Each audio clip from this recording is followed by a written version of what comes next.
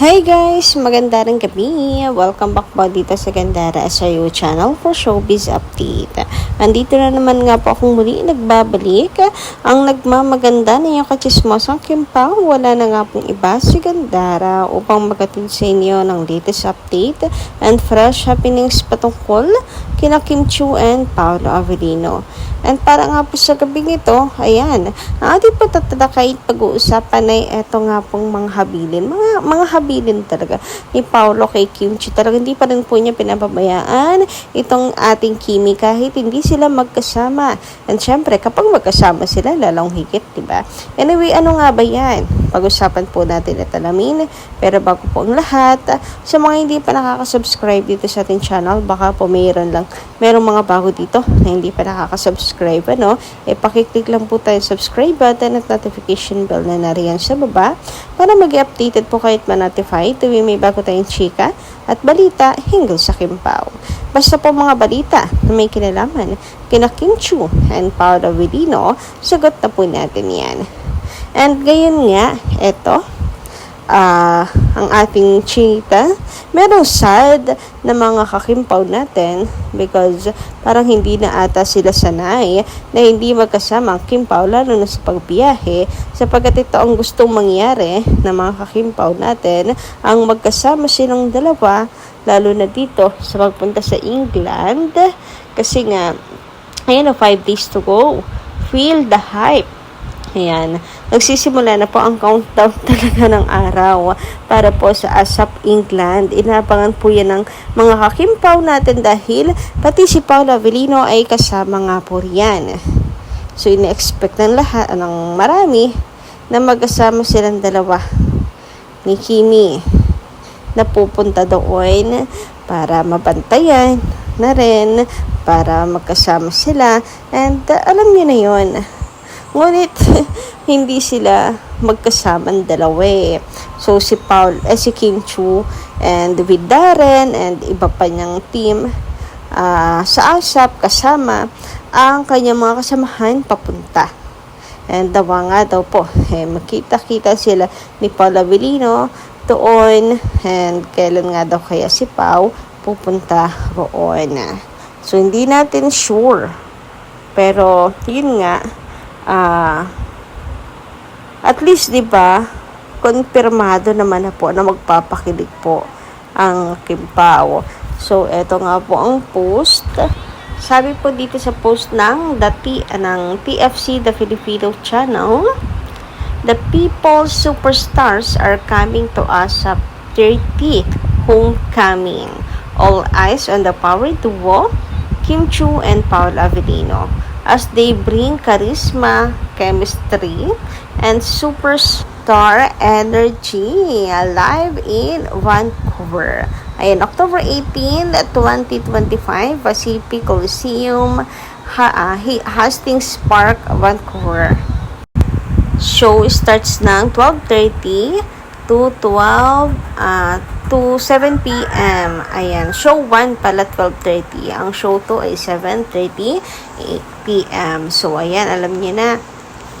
Kumpirmado po ng magpapakilig sa ASAP. Hashtag ASAP, ASAP 30, ASAP 30 homecoming. Ang Kim Pao, ang people's superstar, Kim Pao. Ayan. So, ano po natin yan? Abangan po natin yan. And si Kim Chiu, grabe may mga pasabog.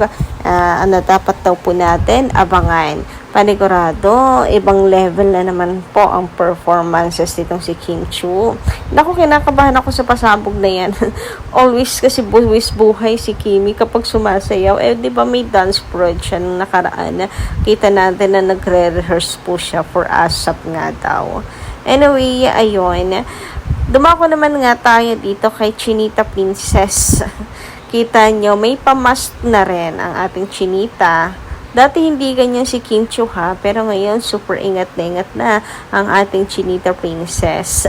Paniguradong habilin. Wala rin kay Paolo Avellino. Paniguradong habilin ni Pao. Magmask ka. Ayan. Para protection, of course, mga sakit-sakit, iba na rin yung nakamask. And hindi naman masasabing for this guys, kilalang kilala pa rin naman si Kim Chiu at naka-black. Yung mga ganyang outfit ni Kimi, nakikita ko yan kapag kakasama niya si Paolo Avellino. Hawang-hawa na rin siya kay Pao, ano? So, alam po natin yan. And eto pa, diba nakaalo nga si Kim. Tapos, nakakatuwa lang kasi yung ni Kim, yung necklace na susi, parang nagsilbing P. Ayan, ang basa ko tuloy dito is Paulo. Charot lang. Paulo. Ay, malapit na rin nga sa Paulo. Parang nagsilbing P, yung letter, yung key na kwintas ni Kim Chiu. Hindi talaga mawala kay Paolo Avellino. Talaga nasa puso't dibdib niya. Charat! Kahit saan magpunta, talagang connect to the dots pagdating sa Kim Pao. And hindi naman po talaga pinapabayaan ni Paolo Avellino si Kim. And kahit nga po, magkasama or hindi. Lalo na kapag magkasama, kita nyo yan nung nakaraan, di ba? Si Pao talaga yung may bit-bit na mga gamit ni Kim Chiu. Napaka-consistent ni Paolo Avellino. Anyway, sabi naman ni Madam Evelyn Luzong, magandang gabi. Siyempre, pag mga bida, napapalagiran ng mga traidor. Pero in the long run, ang mga traidor siyempre ay walang magagawa kung hindi umatras at makaunawa sa mga bida na sila talaga ay bida. Ang Kim Pao ay forever bida sa ating buhay. Kaya laban tayo para sa Kim Pao. God bless you, Kim Pao. Kaya lugi talaga hindi po kakapit Alam niyo naman, sa lahat ng bagay, bida parati ang panalo. Kaya lugi yung mga hindi kakapit. Bida po ang Kim Pao sa istoryang to. Hoy! Grabe nga naman yun. Pero totoo, di ba? Ang daming kontrabida sa buhay nila Kim and Paolo. Yung mga bashers. Anyway, sabi naman ni Vivian Karaig, maganda rin gabi. Miss Gandara, magkamukha na sila Kim Pao. Mami ni Pao at mga kapatid niya, grabe, magkakahawig na po. Road to forever. Pray ko na sila na nga. Kilig to the bones. Kilig to the max ako.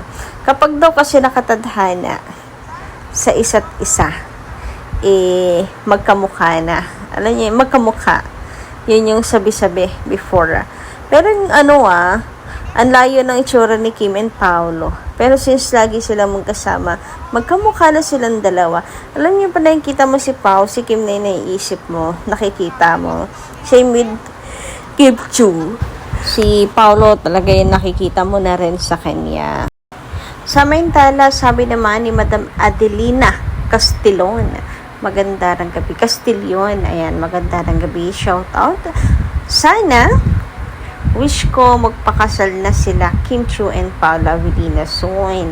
Naku, pag-abin po muna, Madam Adelina, bago yung kasal. Pero, ayun, lahat naman po ata yun yung gusto mangyari, ang endgame ng Kim Pao. Sana nga po, ay yan po ang maganap. Panigurado, marami po ang magiging masaya pinagkataon. And naman si Paolo, mukhang date to marry naman siya na tao. Yun nga lang talagang nababahiran siya ng siguro dahil sa look. Nasabing babaero daw si Paolo. Siguro kasi nag-failed sila ni LJ or may kids na siya ngayon kaya nasabing babaero, etc. So, siguro biktima lang din si Paolo ng, alam niyo yun, maling pagkakakilala sa kanya, nami-misinterpret siya, tapos bad looking si Paolo Avellino pa kasi napaka-serious ng face. Pero mukhang date to marry naman si Paolo. Kumbaga ay yung mga nagiging jowa niya, yun na rin yung pangarap niya. Hindi lang talaga nag-work. Sana nga po sila ni Kim Chiu mag-work and alam niyo yun, maging forever. We don't want din naman na si Kim Chiu ay muling iiyak. Alam niyo, silang dalawa yung nakatadhana. Pasasaan pat sa hinahaba ng prosesyon ay sa simbahan din ang tuloy. Anyway, hanggang dito lang muna ang ating update. Maraming salamat po sa inyong pakikinig. Kita-kits po tayo sa susunod po nating Kim Pause Update. Maraming salamat.